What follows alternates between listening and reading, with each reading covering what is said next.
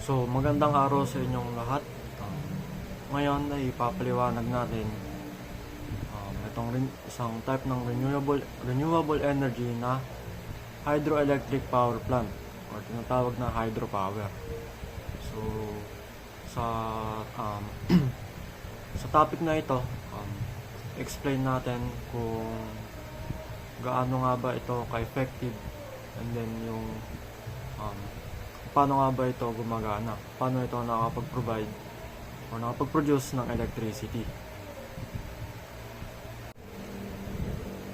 So, next na slide naman ay yung working principle ng hydroelectric power plant o hydropower. So, simple lang ang kanyang principle. So, hydropower plants capture the energy of falling water to generate electricity. So, yung energy of falling water na yon, ang tinutukoy doon ay yung kinetic energy. So, ngayon, pag tumama ito ngayon sa turbine, pag tumama ngayon sa turbine itong falling water, which is yung may kinetic energy, mako-convert ito ngayon into mechanical energy. Then ngayon, itong nakakonekta ngayon sa turbine na yung generator, ko-convert naman ngayon itong generator, yung mechanical energy from the turbine, mako-convert siya into electrical energy. So, sa next na slide naman ay yung papakita natin yung mga largest hydroelectric power plant dito sa buong mundo. So, pinangungunahan ito ng Three Gorges Dam. Ito ngayon ay matatagpuan sa Yangtze River sa China. At ngayon ito ay may malaking installed capacity na humigit kumulang 22,500 megawatts. Then ngayon ay sinundan naman ito ng Itaipu Dam na may 14,000 megawatts. Then Silwadu na may installed capacity na 13,860 megawatts. Then next ay yung Belo Monte na may 11,233 megawatts. Then ang last naman ay yung Guri na may 10,235 megawatts. So makikita lang natin dito na malayo yung agwat ng apat when it comes sa installed capacity. So kung ikukumpara natin dito sa Three Gorges Dam sa China na may 22,500 installed capacity ng megawatts, sobrang layo ng agwat nila. Then, so sa next na slide naman, papakita natin dito or explain natin yung largest hydropower dito sa Pilipinas.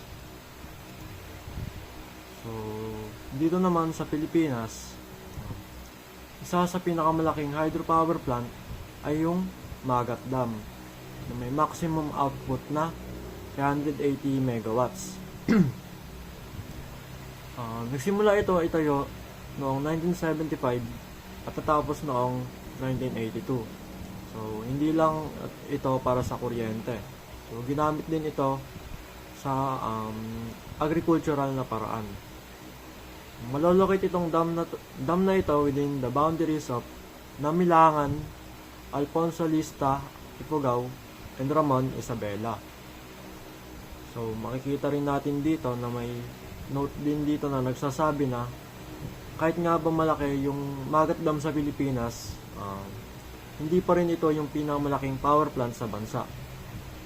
Ang pinakamalaki ay ang Ilijan Combined Cycle Power Plant at Suwal Power Station na may capacity na humigit kumulang 1,200 megawatts. So, ibig sabihin, mas malaki pa rin ang power generation ng mga thermal power plants kumpara sa hydropower sa Pilipinas. Dagdag pa dito, ang total capacity ng Luzon Grid ay nasa 14,348 megawatts. Kaya, maliit na portion lamang o yung contribution ng Magat Dam.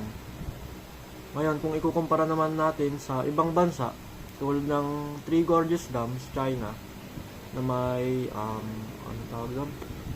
Na may 22,500 megawatts, makikita natin na mas malaki talaga yung hydropower projects nila.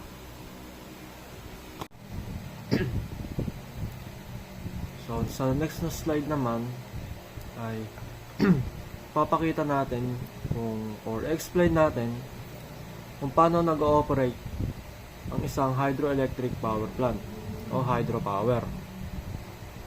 So, una naman dito ay yung dam. So, yun nga, yung dam, halos lahat ng mga power plants ay hydropower plants ay nagre-rely dito sa may dam.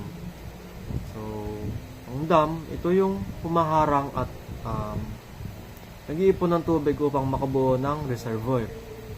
So, dahil sa mataas na lugar ang tubig, nagkakaroon ito ng potential energy. So, next naman ay yung intake. Ang intake naman, ito yung gate o bukasan na kung saan dumadaan yung tubig papunta sa penstock. So, kapag binuksan ito, ang tubig ay dadaloy pababa dahil sa gravity. Then, next naman ay yung turbine. Ito naman yung umiikot na part na tinatamaan ng tubig. So, ngayon, ang pag-ikot nito, nagko-convert ito ng energy ng tubig, o which is yung kinetic energy, mako-convert yon into mechanical energy. So, ngayon naman, next naman ay yung generator. Ito naman yung gumagawa ng kuryente. So, kapag umikot ang turbine, pinapaikot nito ang generator. At sa loob nito, yung mga galaw ng magnets at coils ang lumilikha ng alternating current or tinatawag na AC. So, next naman ay transformer. So, ito ang transformer. Ito ang nagpapataas ng voltage ng kuryente mula sa generator. Mahalaga ito para mas maayos at mas kaunting energy loss habang ipinapadala ang kuryente sa malalayong lugar. So, next naman ay yung power lines. So, dito dumadaan ng kuryente papunta sa mga bahay, ganon. So, karaniwan dito, 3 linya ang ginagamit para sa 3-phase power at may isang neutral o ground para maging stable yung pag-flow ng pag-flow ng electricity. And last dito ay yung outflow. So, ito ang labasan ng tubig pagkatapos gamitin sa turbine. So, ang tubig ngayon ay bumabalik sa river. Kaya hindi ito ngayon nasasayang at nagagamit pa ito muli.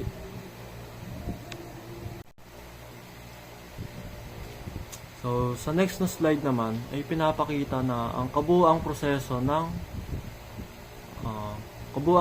kung paano gumagana ang isang hydropower plant. So, una, ang tubig ay iniipon sa reservoir sa likod ng dam. Dahil nasa mataas na lugar ang tubig, mayroon itong tinatawag na potential energy.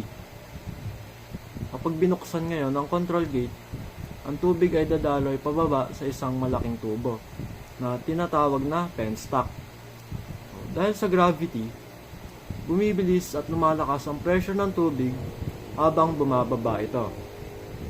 So, ngayon, yung mabilis na daloy ng tubig ay tatama ngayon sa turbine at magpapaikot dito. Ang turbine naman ay yun yung kumukuha ng energy mula sa gumagalaw ng tubig. So, which is yung kinetic energy. Then, mako-convert nga siya dito into mechanical energy. So, ang turbine naman na nakakabit o nakakonekta sa generator, habang ngayon umiikot itong turbine, umiikot din yung generator. So, dito ngayon malilikha ang yung electricity. So, dito nga yung process na mako-convert yung mechanical energy into electrical energy.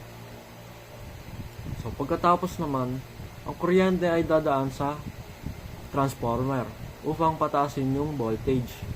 So kailangan ito para mas maayos na maipadala ang kuryente sa malalayong lugar. Then, sa huli, ang electricity ang electricity ay pinapadala ngayon sa mga power lines. Habang ang tubig naman ngayon ay bumabalik sa river sa pamamagitan ng outflow. So, proceed po tayo dito sa construction.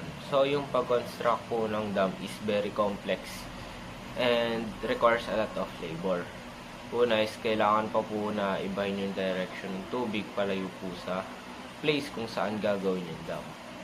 And syempre, kailangan din po na clean, excavated, and strength yung foundation to make it stable. Supports like rock bolt are added for safety. Concrete is poured in section using forms and steel bars. So, pagkatapos naman po gawin yung dam is unti-unti po itong pinupuno and iniimbakan po ng tubig habang minomonitor. Next po is sa dam design. So, meron po tayo ditong tatlong uri ng dam design.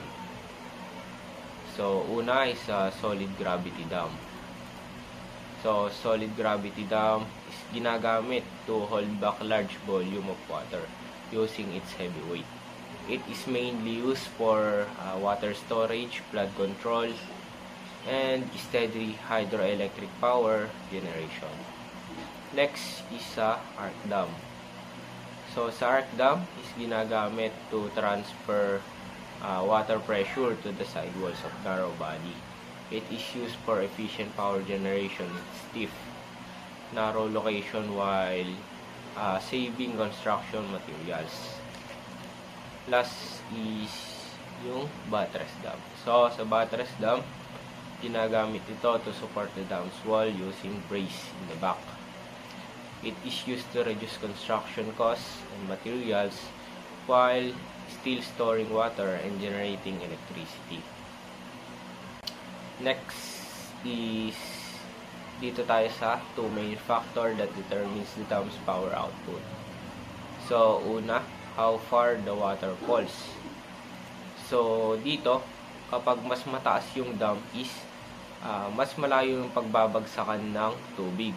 Ibig sabihin, mas mabigat po yung mas mabigat dahil po dun nagkakaroon ng mas malakas na impact yung tubig pagdating sa turbine. Kaya po mas malakas, mas madami po yung napoproduce nitong kuryente. And ganun din po sa amount of water falling. Dito naman po is nakadepende sa dami ng tubig. So, kapag naman po marami ang tubig is na dumadaan sa turbine, mas mabigat po yung puwersa na tumutulak sa blades. So, same. Nagre-resulta po ito ng pag-produce ng maraming kuryente. So, next, dito naman po tayo sa tallest dam. So, sinasabi po dito na currently, yung malaking dam is Nurek Dam. Pinakamalaki po siya ngayon sa buong mundo. Standing about 984 feet high. It is located on the Bash River and is mainly used for hydroelectric power generation and water supply. And next is Hoover Dam na may taas na 726.4 feet. And kino-consider po siya na one of the greatest engineering achievements of its time. Although hindi po siya yung pinakamataas. It is very important on ranks among top 20 tallest dams in the world. Especially in the concrete, gravity, and arch dam categories. Next po, dito po tayo sa huli na pala to. Dito po tayo sa dam failures.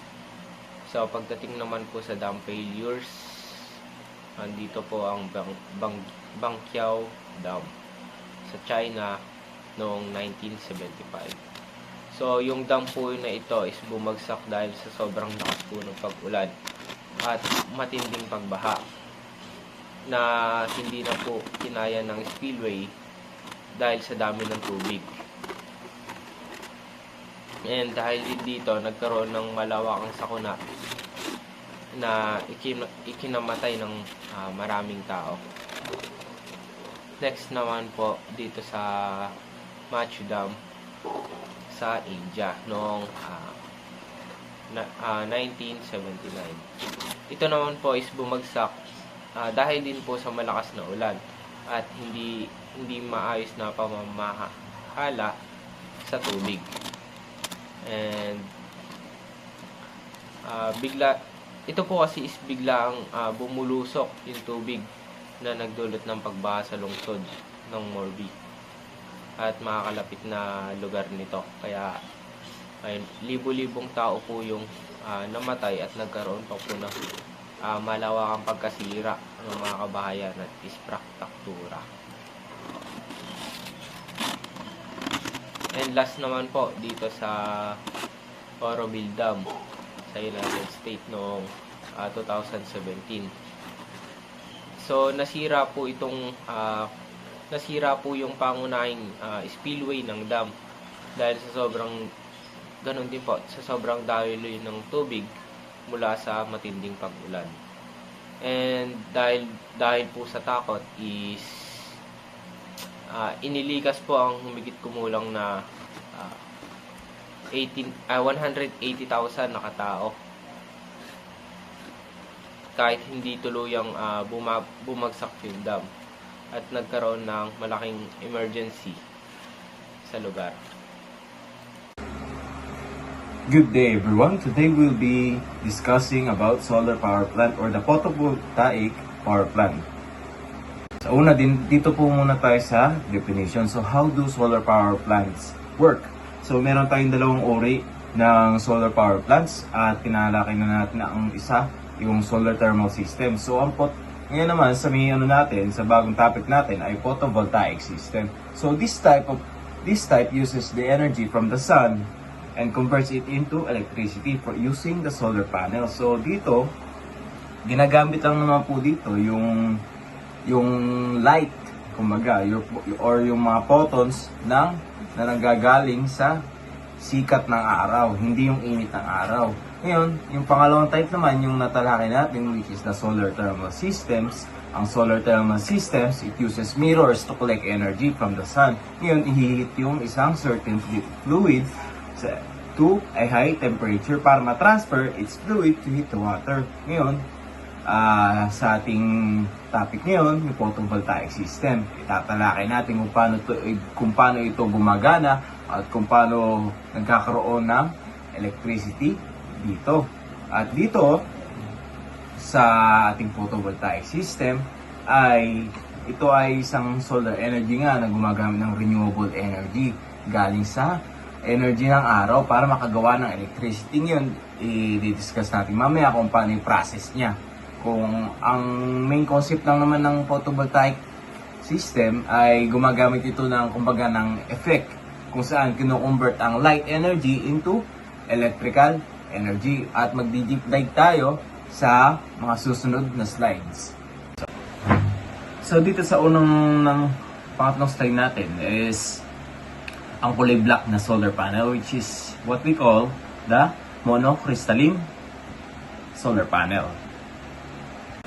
So dito, ang next natin ay yung kulay blue, which is yung commonly nakikita natin sa mga bahay-bahay. Yung more ang color blue na solar panel, which is ang tawag dito ay polycrystalline na solar panel. So yun yung mga karaniwan natin nakikita sa mga bahay na naka-attach sa taas ng bubong. So makikita natin dito sa next slide.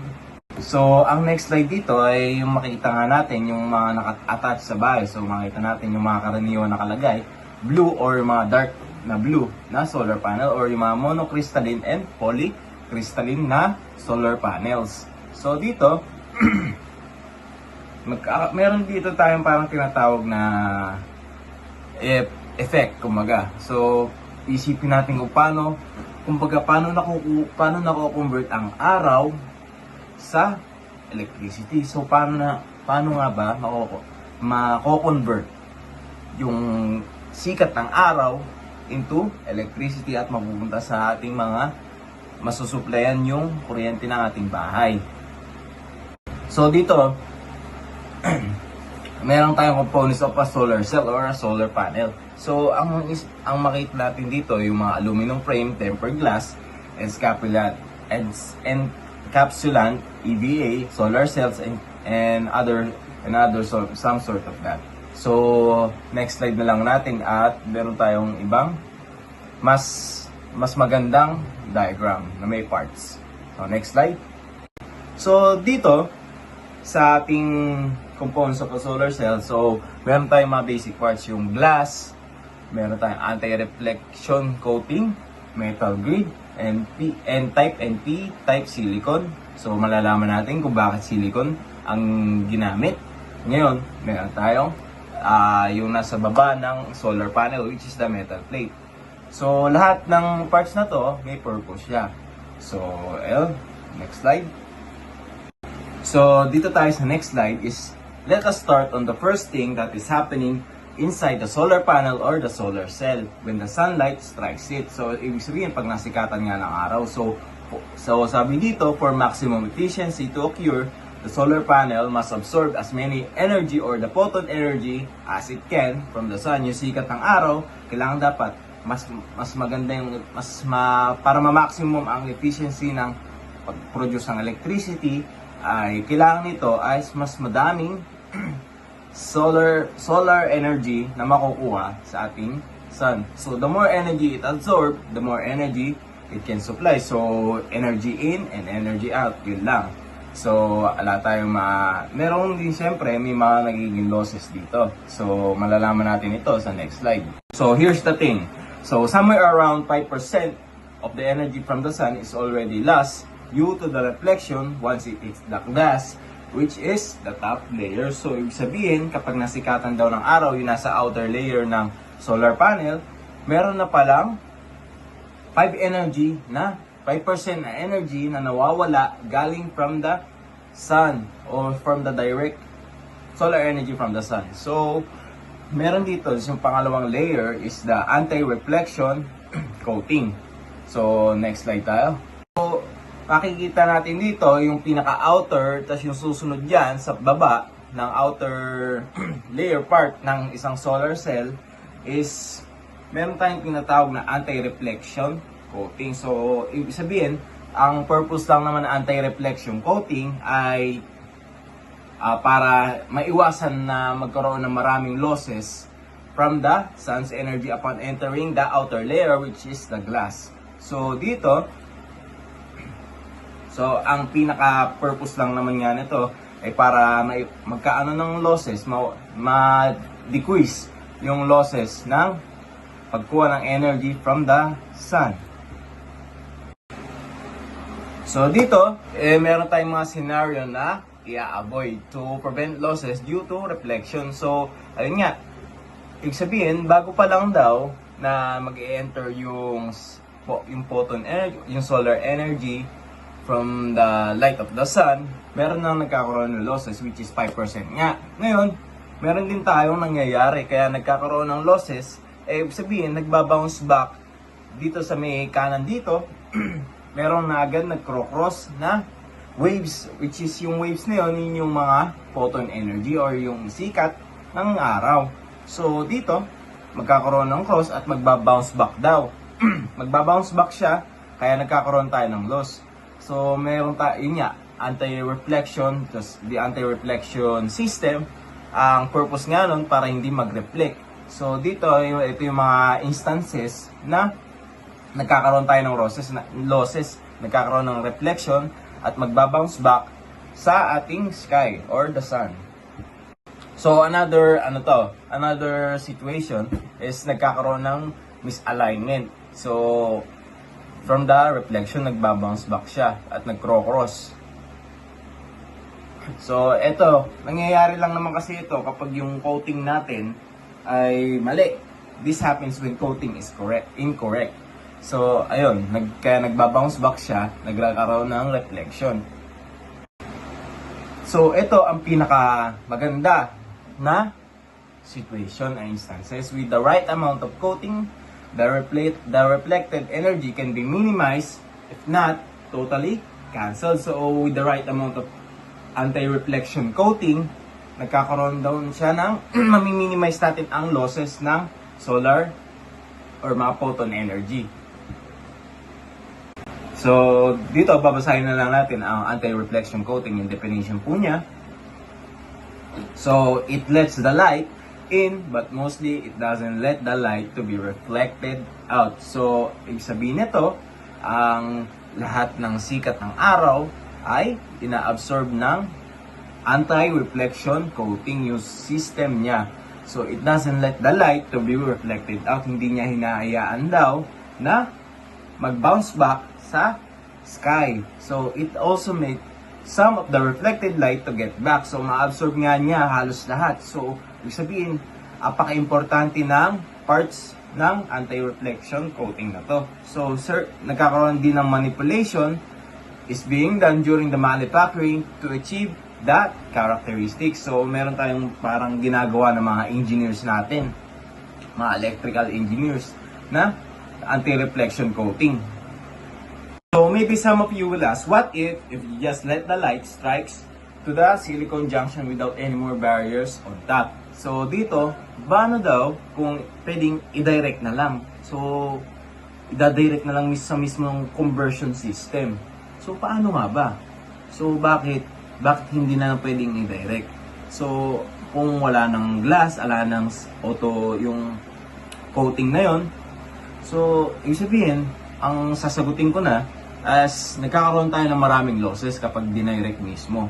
So, hindi agad ma-absorb lahat ng light from the sun sa pag dinirect natin sa silicone junction. So, magkakaroon maraming losses. So, hindi siya magiging efficient kahit sobrang laki ng solar power plant na yon. Hindi siya magiging efficient kung i-direct natin sa silicone junction from the sun. So, next question tayo. So, now here's the question. What is the main thing that is happening inside the solar cell or photovoltaic cell that is able to produce electricity when sunlight strikes it? So, dito na, paano na nagkakaroon ng conversion from light energy to electrical energy? So, let us first define what photovoltaic effect. So, may tinatawag nga tayong effect. Ito yung photovoltaic effect. So, the photovoltaic effect is the generation of the voltage and electric current in a material upon exposure to light. It is physical and a chemical phenomenon. So, it is a physical and chemical phenomenon ng araw. So, ito, kukuha lang from the light from the sun and magko-convert sa energy in simple terms. So, dito, ang photovoltaic effect lang naman, yun nga, nagkakaroon ng generation of voltage and electric current when a material is exposed to light. So ngayon, paano nagkakaroon? Paano na co-convert yung light energy to electrical energy? So dito malalaman natin sa next slide. So dito muna. So to achieve the photovoltaic effect, we need the material which when struck by sunlight will exhibit from the some characteristics of a conductor. So dito, yun nga, kailangan dapat, syempre, para maka-convert mo ang isang energy to electrical energy, kailangan dapat meron kang isang parang item or material na magkakaroon ng characteristics of a conductor para makapag-conduct ng electrical energy. So review question muna tayo. So what is happening inside a copper conductor when there is no presence of voltage across this? So isipin natin, paano nga nagkakaroon? So di ba ang copper, yung meron siyang valence electron. Ngayon sa pinaka-outer shell niya, meron siyang isang electron, di ba, sa mga nag-orbit around the atoms niya. Meron siyang mga electrons. Ngayon, meron tayong, di ba, the light coming from the sun or the light energy, magdadirect siya sa isang copper conductor. Kumbaga, example lang to. Ngayon, yung copper conductor niya, yung photons, kumbaga yung photons na tinatawag natin or light energy, magdadirect sa copper conductor. Ngayon, merong isang outer shell na merong isang electron at yon tatamaan niya yung electron na yon at magkakapag-move freely siya. So, dito, next slide na tayo, nasagot na natin. So, ayun nga. So, its valence electron is free to move, transferring from one atom to another in random. So, random nga siya. Kapag kasi nasikatan yung isang copper conductor, for example, yun nga, tatamaan niya yung isang valence electron. Ngayon, yung valence electron na yun, maglalakbay yun or magagala kahit saan from one place to another. So, random siya. So, that particular characteristic of a conductor, so kanina, yun nga, kapag kailangan dapat merong isang characteristic of a conductor para ma-convert into electrical energy. So, where there are number of electrons that moves freely is what should be attained to exhibit the photovoltaic effect. So, this is where silicon semiconductors comes into play. So, kapag kasi sinabing semiconductor, it is a half conductor and an insulator at the same time. Where kaya silicon ang ginagamit natin is when the silicon or the semiconductor absorbs energy from the sun, the photon which the sunlight have knock an electron out. So kagaya ng sinabi ko kanina, ang nina-knock out niya yung electron na nag-o-orbit around the atom, which is yung mga shell. So pinaka-outer shell niya, nina-knock out ang isang electron niya. Ngayon, of its orbit within an atom, ngayon making it free to move within the system. So kagaya nga ng answer natin kanina. So dito meron tayong isang lattice structure of a silicon atom that is forming a covalent bond with 4 neighboring atoms. So makikita natin nagkakaroon siya ng electron sharing. So nakikita natin kapag ni-knockout nagkakaroon ng electron sharing at simple definition lang niya. So dito meron tayong makikitang isang diagram or picture. Video kasi siya pero picture na lang muna. So ayun. So sa picture niya, may makikita ka parang light na yun. Nina-knockout niya yung nasa pinaka-outer shell na bilog yun. Yung bilog na yun na kulay puti, yun yung electron natin. Ngayon, yung nakikita niyo parang kidlat na yun, yun yung parang halimbawa na light energy or the photon energy. Nina-knockout niya yung electron sa outer shell. At mag-move freely na siya sa mga atoms.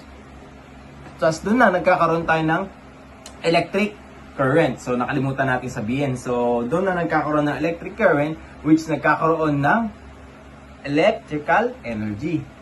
So doon na nagkakaroon ng magic pang conversion niya.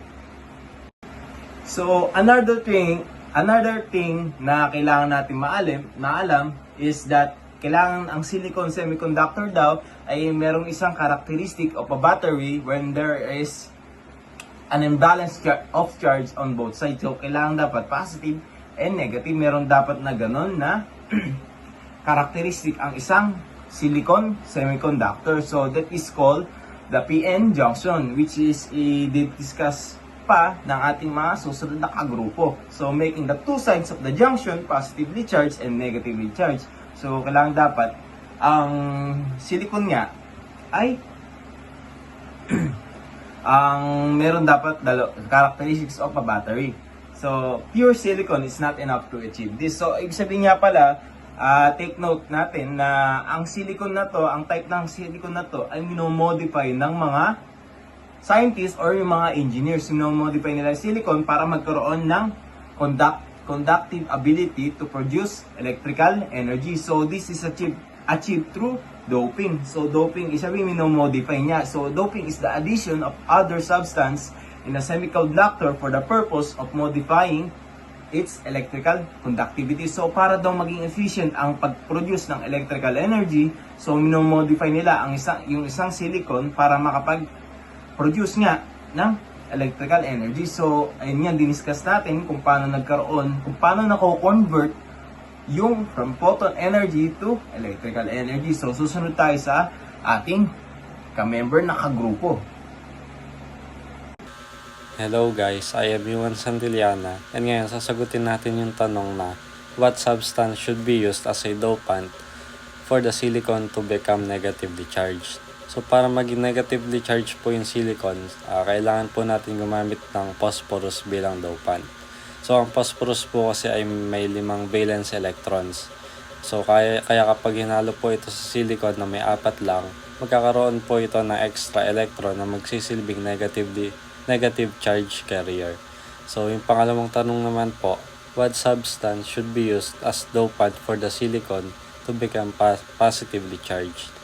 So para naman maging positively charged po ang silicon, ang karaniwan pong ginagamit ay boron bilang dopant. So ang boron po ay may tatlong valence electrons, and kaya nagkakaroon ito ng hole or kulang na electron kapag hinalo sa silicon. At itong hole po na to ang tumatayo bilang positive charge. Kung makikita po natin sa periodic table, ang phosphorus po ay nasa group 15. Kaya meron po itong 5 valence electrons. So dahil ang silicon ay nasa group 14 po at may 4 lang na electrons, magkakaroon ng isang extra na electron kapag hinalo po ang phosphorus. Kaya ito nagiging negatively charged or N-type. So para naman maging positive charge, ginagamit ang boron na nasa group 13 naman. Dahil 3 lang ang valence electrons nito, so kapag hinalo po ito sa silicon, nagkakaroon po ng kulang na electron or hole na nagsisilbing positively charged carrier. So ang pag-combine po sa mga elements na ito mula sa group 13 at group 15 ang nagbibigay daan para gumana ng maayos ang ating solar cells. So dito po sa lattice structure, makikita natin kung ano yung mga nangyayari kapag naglagay tayo ng phosphorus sa gitna ng mga silicon atoms. So ang bawat silicon atom ay nangangailangan ng 4 na electrons para makabuo ng matatag na bond sa mga katabi nito. Pero dahil ang phosphorus po ay may 5 valence electrons, may isang electron po na laging sumasobra. So gaya ng tinuturo ng arrow sa picture, itong extra electron na ito ay loosely bound o hindi masyadong nakakabit sa atom, kaya malaya itong nakakagalaw sa loob ng material. So dahil sa sobrang electron po na to na may negative charge, ang tawag natin sa layer na to ay N-type semiconductor. So ito po yung mga free electrons ang nagdadala ng kuryente sa loob ng solar cell. So sa picture po na to, pinapakita po dito kung paano ginagawa ang tinatawag natin P-type semiconductor gamit ang process ng doping. So sa gitna po ng mga silicon atoms, may hinalong boron atom. So ang silicon po kasi ay may 4 na valence electrons, kaya perfect silang magkadikit-dikit sa isang lattice structure. Pero ang boron po ay may 3 lang na valence electrons, kaya kapag pinasok mo siya sa grupo ng silicon, may kulang na isa. So yung 1 pair 2 short na tinutukoy sa image ay ang bakanteng space na tinatawag nating hole. So dahil kulang po ng isang electron para makaubuo ng band, nagkakaroon ng positive charge ang area na yon. So ang mga holes na to ang nagsisilbing tagadala ng kuryente sa loob ng solar cell. So sa madaling salita, ang boron ang dahilan kung bakit nagkakaroon ng parang uhaw sa electrons ang layer na ito. So kapag tinamaan ng sikat ng araw ang solar panel, ang mga electrons mula sa kabilang layer ay tatalon papunta sa mga butas na to. At doon nagsisimulang dumaloy ang kuryente na nagagamit natin sa bahay. So ang picture po na to ay nagpapakita kung paano gumagana ang PN junction sa solar panel gamit ang silicon. So basically may dalawang type ng material, N-type and P-type. So sa N-type, may sobra na electron, so ibig sabihin po negative charge siya. Sa P-type naman, kulang ng electron, kaya positive charge. So kapag pinagdikit po yung N-type and P-type, doon po nabubuo yung tinatawag na PN junction. So dito nagsisimula yung importanteng process. So yung mga electrons galing sa N-type, so lilipat po siya papunta sa P-type para punan yung mga butas. So dahil po dito nagkakaroon ng electric field sa pagitan nila. So ngayon kapag tinamaan po ng sunlight ang solar panel, nabibigyan ng energy yung electrons para gumalaw. So dahil may electric field sa PN junction, natutulak yung electrons sa isang direction. So yung movement po na yan ng electrons ang nagiging electric current. So, yung image po na to, pinapakita kung paano nabubuo ang PN junction sa atomic level. So, yung base po ay silicon, tapos nilalagyan po ito ng ibang atoms through doping para magbago po yung behavior niya. So, kapag phosphorus po yung dinagdag, nagiging N-type kasi may extra electron. Kaya may mga free electrons na pwedeng gumalaw. And alam naman po natin na kapag boron is magiging positive charge. So, yung N-type po pupunta sa P-type para punan yung hole. So, dahil dito, nabubuo po yung PN junction at nagkakaroon ng electric field na kumokontrol sa galaw ng charges. So, sa madaling sabi, dahil sa doping, nagkakaroon ng movement ng electrons, yung controlled movement na yon sa PN junction ang nagiging base ng paggawa ng kuryente tulad sa solar panels. So, ang sinasabi naman sa slide na to is kapag nagsimulang gumalaw ang electrons mula sa N side papunta sa P side, so nagbabago po yung charge sa magkabilang side. Dahil sa paglipat po ng electrons, yung P side na dating positive is slightly nagiging negative na. Habang yung N side naman na maraming electrons, medyo nagiging positive. So dahil dito nabubuo yung electric field sa pagitan ng dalawang side. So yung field po na yan ang nagkocontrol sa galaw ng electrons, kaya nagkakaroon ng direction ang flow ng kuryente. So ang image po na to ay nagpapakita ng loob ng isang solar cell kung saan pinagsasama ang dalawang klase ng silicon. So ang itaas na bahagi ay puno ng electrons habang ang baba naman ay may mga holes or bakanteng espasyo. So kapag pinagdikit po ang dalawang ito, nabubuo sa gitna ang tinatawag na depletion region. So ito po yung sisilbing harang na may natural na kuryente or electric field na makikita mo sa mga orange na arrow sa kanang bahagi ng picture. So ang text sa image na to ay nagpapaliwanag kung paano nagkakaroon ng kakayahan ang isang solar cell na makapag-produce ng kuryente. So kapag po pinagsama yung dalawang sides ng silicon, mabilis na nagkakasalubong ang mga electrons, kaya nabubuo ang depletion region. So ang region po na to ay nagsisilbing harang sa gitna kung saan nagiging balanse ang lahat at pansamantalang humihinto ang daloy ng mga electrons. So dahil sa harang na to, nabubuo ang isang electric field sa loob ng junction. So ang process po na to ang dahilan kung bakit ang solar cell ay nagkakaroon ng katangian na katulad ng sa isang battery. So handa na itong kumuha ng energy mula sa araw para itulak ang mga electrons sa isang wire na siya namang nagiging daloy ng kuryente na nagagamit natin. So ang explanation naman po sa slide na to ay tungkol sa actual na pagpasok ng liwanag sa solar cell. So kapag ang sunlight po ay tumama sa N-type side hanggang sa umabot ito sa depletion region, nagagawa nitong patalsikin ang mga electrons mula sa kanilang pagkakaband. Dahil dito nagkakaroon ng malayang electrons at holes sa loob ng gitnang bahagi na yon. So dahil sa electric field, tinutulak nito ang mga electrons papunta sa N-type side at ang mga holes naman sa P-type side. So ang resulta nito ay ang pagdami ng charges sa magkabilang panig na siyang naghahanda sa solar cell para makapag-produce ng flow ng kuryente. So sa madaling salita po, ang sikat ng araw po ay nagbibigay ng lakas para maghiwalay ang mga charges at makabuo ng power. So, proceed naman po tayo dito sa depletion region. So, unang nangyayari kapag nagkakadikit yung P-type and N-type is nagkakaroon ng depletion region dahil sa nagsasama yung electrons and holes. And dahil dito, nabubuo ang barrier na pumipigil mula sa pagdaloy ng kuryente. Next naman is dito sa effect of doping. Dito, depende kung heavily or lightly dop yung materials. And dahil doon nag-iiba yung lapad ng depletion region. Kung heavily dop, mas madali ang galaw ng mga charges. And kung lightly dop naman, mas mahirap. Kaya, mas malapad yung barrier. And dito naman sa forward bias. Kapag nilagyan ng tamang voltage, nababawasan ng barrier at nakakadaan ang mga electrons at holes. Kumbaga sa gitna ng junction, nagaganap yung recombination ng electrons at holes. At ito ang dahilan kung bakit tuloy-tuloy ang daloy ng kuryente.